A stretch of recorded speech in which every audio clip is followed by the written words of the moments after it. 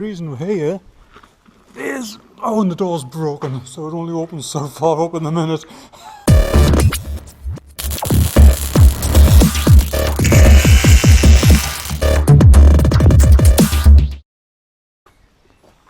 As you can see, it's a busy day here. Buddy's doing a bit on his car. Transit's over there, been doing a bit on that this morning, but the reason we're here is, oh, and the door's broken, so it only opens so far up in a minute. Yeah, whatever. Anyway, gonna grease these front hubs and gonna put oil in these front UJs. So yeah, the leak that we had on the bottom radiator hose, that's fine now. I have had this started up a few times, left her to run up to temperature, and she's perfect basically. So yeah, I think I'm going to do the hubs first and then do the universal joints, and basically we can give her a test drive if we can get the door open. Yeah. Well, yeah, plan had been to get everything greased up on the front end there, to get the hood down and take her out for her first real test drive. But as you can hear, and no doubt you can see out there, yeah, so that's been scrubbed for today. Just frustrating. I think I said it in a previous video, because obviously this has been a full build. If there are any issues, it's easier to deal with them on a nice dry day than it is on a day like this. So let's just wrap it up for now. I just got the battery charger. I'm going to just it's one of those maintainer batteries. I think what I am going to do though is just paint this battery black. I mean, I think it'll look alright. And it'll look better in the engine compartment here than it does with this nice blue one. Yeah, I think I'll do that. I'll paint it black, stick it back on, put it on charge, and then we'll leave it at that. There we go, turns it down a bit.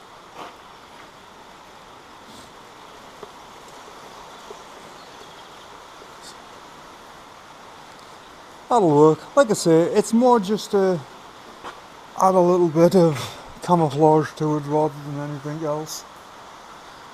So, leave that to dry, then get it stuck in, get the charger on it, and then, yeah. I'm not sure what else there is to do today. I think what I'm going to do is, I am going to run over the brakes again.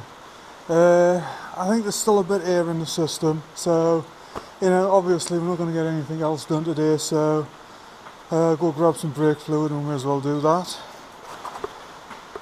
Now, doesn't that look better? Anyway, let me get the bracketry and everything back on, and yeah, that's one job done. Well, it wasn't necessary, but, you know, it just makes it look better. Well, it's a new day. It's windy, I hope you can hear me over this, but blue sky, it's dry, and yeah, let's get this interior finished. I'm just tired, I need it finished.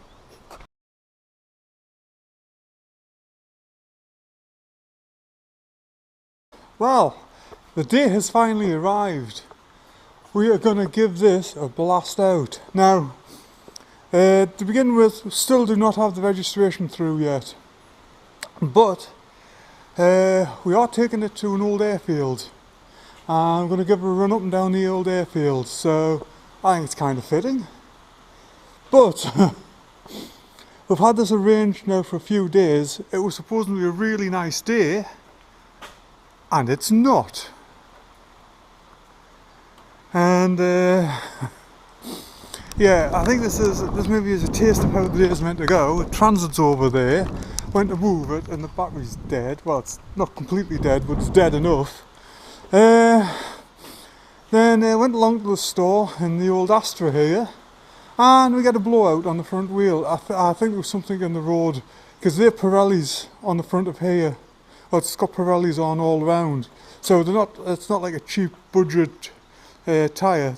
They're good tyres. Oh, well, that one was a good tyre, should I say. No, it's like, oh. Anyway, yeah, it's still probably going to go ahead with this. We'll get it loaded up on the trailer a little bit later. And yeah, we'll see what we can do with it. But I mean, it's covered, so I mean, we'll get a little bit damp, but you know, that's how it goes. Well, we're loaded up and ready to go. I'm actually in my own car at the moment because after I've tested this, I'm heading home for a little while. So yeah, but yeah, looking forward to seeing this on the road. Well, we'll be on an airstrip, but you know, same difference, whatever.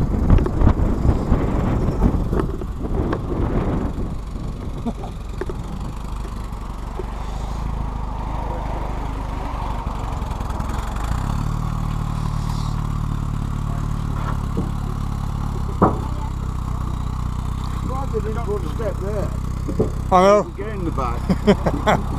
They never did they? No.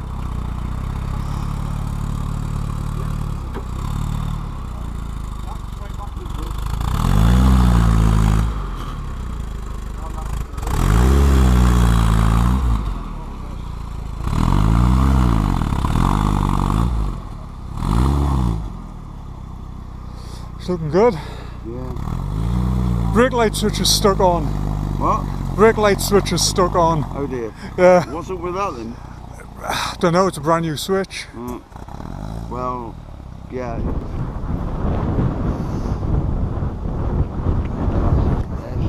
Yeah.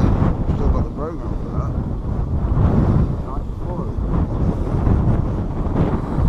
Oh, lost a bit of power there. There is a squeak on it.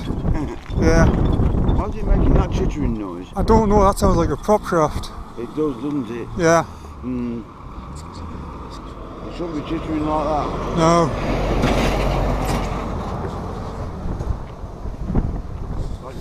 It's got a mouse stuck in it. Yeah. But this is what it needs though, it needs this. But you don't want the prop shaft to drop off. Yeah.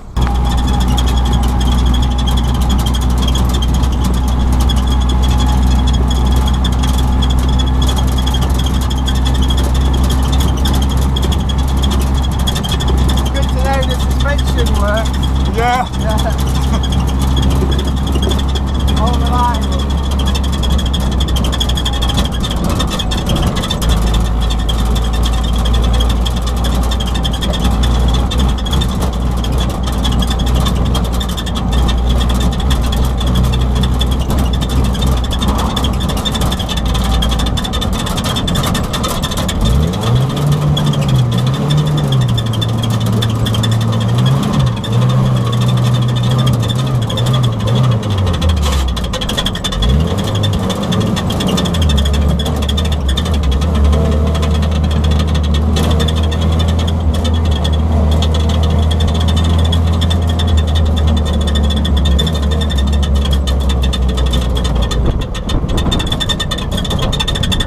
Yeah, I think a bit getting used to being on the other side of the vehicle as well.